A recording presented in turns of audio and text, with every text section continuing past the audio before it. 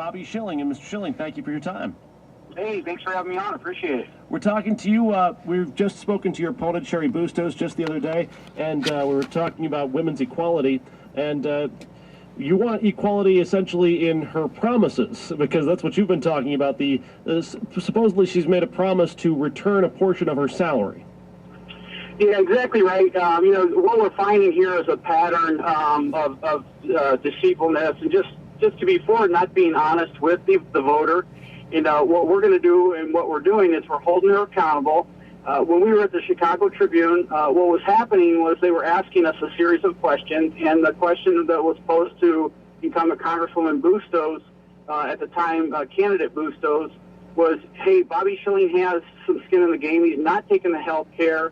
He's not taking the pension. What are you going to do to have skin in the game? And she responded, well, I'm going to put a bill to the floor that reduces members' pay by 10%. And one of the folks on the editorial board had responded, well, that's not even going to hit the House floor. What will you personally do? And they asked her 3 times, would you be willing to give back 10% of your pay? And the thing is with the Tribune, you've got to understand that these people are professionals. They do not leave you wiggle room whatsoever.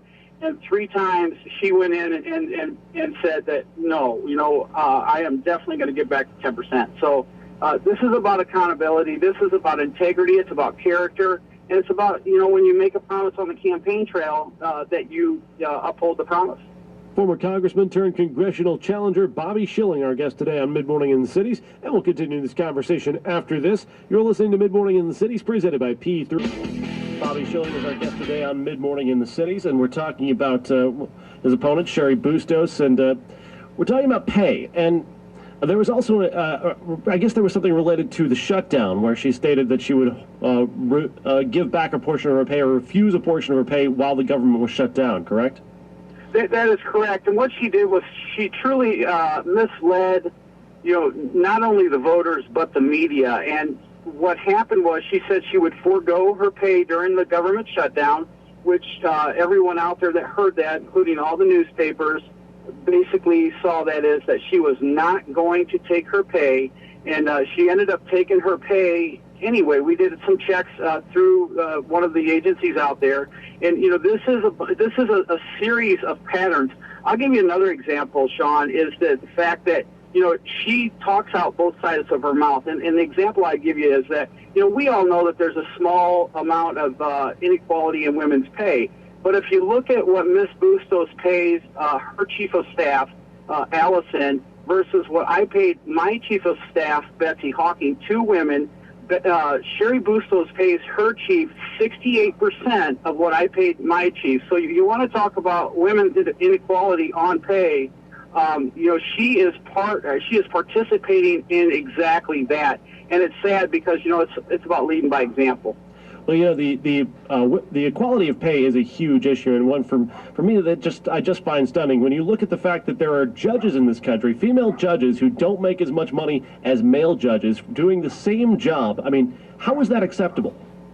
That's totally unacceptable. I think that for equal work should be equal pay. There's no excuse whatsoever for that. My top paid people in my office in Congress were women, and just because there's a different, there's a male and a female, doesn't mean you pay anyone less. So I think that's very unfair. But the numbers that she puts out are very misleading. Also, what she puts out is some of the women that work part-time, comparing that to full-time. Some of the gals that that might take maternity leave, to where they can't make their full income. They get a little bit of income, but she's not really being honest and doing the apple for apple on a lot of that she puts out.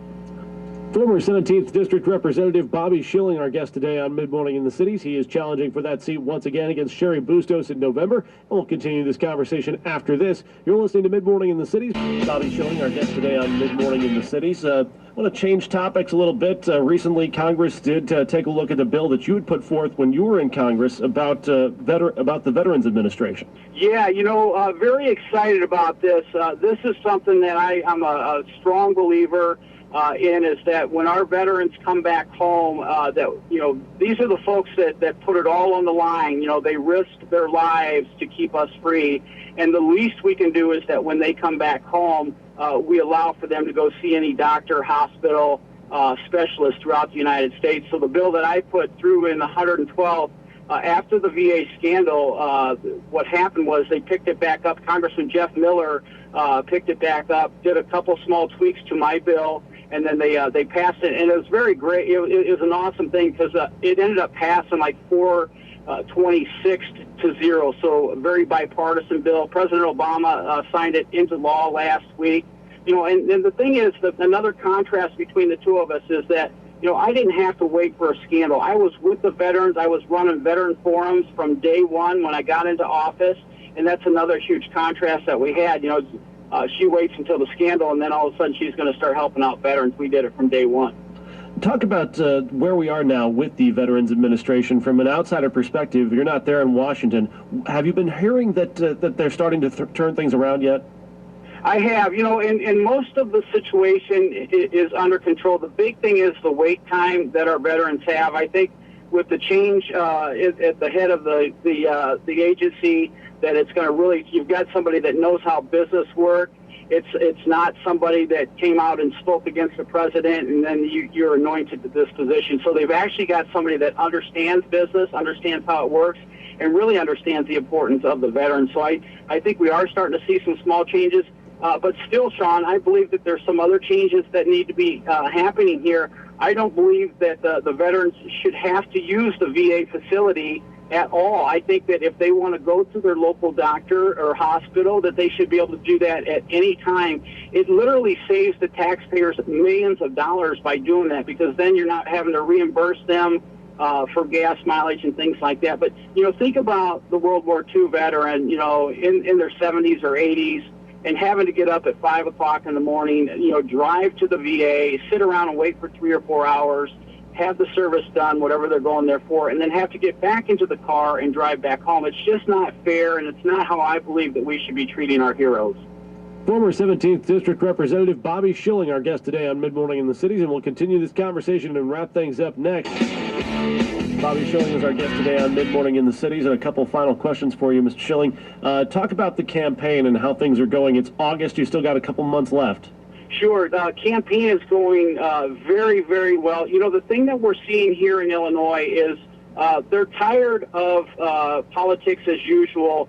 They want somebody that's going to, say what they mean and mean what they say.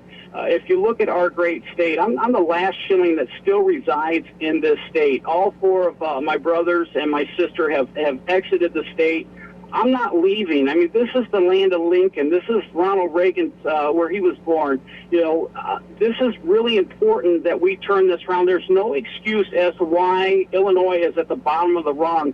And look, quite forward, I could have just stayed on the path of working in the private sector, getting to see my family every night, being home on the weekends. But this is too great of a state. And what we're seeing is that it's a lot different than the 2010 wave. This time we're seeing that people are mad as heck, and they're coming out to vote. And we watched the liberals in Springfield, Illinois. They continue to put different things onto the ballot to try to drive out their folks.